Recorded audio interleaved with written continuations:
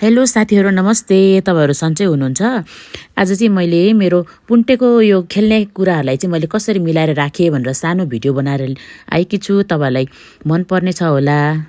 सुरुमा चाहिँ मैले 3 वटा बट्टा लिए र यो बट्टामा चाहिँ एउटामा चाहिँ मैले पढ्ने सामग्रीहरू राखे भने अर्कोमा चाहिँ लेगोजहरू राखे अनि अर्कोमा चाहिँ साना साना खेल्ने कुराहरू राखे।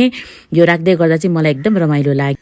त्यसपछि बट्टामा लेख्नको लागि यी सामग्रीहरू पनि तयार पारे र मैले पेपर नभेटेको हुनाले चाहिँ मैले एउटा कपी खोजे। त्यो कपीमा चाहिँ खाली कहाँ छ भन्दै खोज्दै मैले एउटा पेपर चाहिँ त्यहाँबाट निकाले अनि पेपरलाई चाहिँ मैले 3 पिसेसमा काटे र त्यसपछि मैले यो काट्ने क्रममा चाहिँ यो टेप भन्दा अलिकति सानो साइजमा चाहिँ काटे अनि यसरी मैले पुरानो स्टिकरलाई चाहिँ बट्टाबाट निकालिदिए। 3टा बट्टामा चाहिँ मैले खेल्ने कुरा अनुसारको नामहरू लेखे।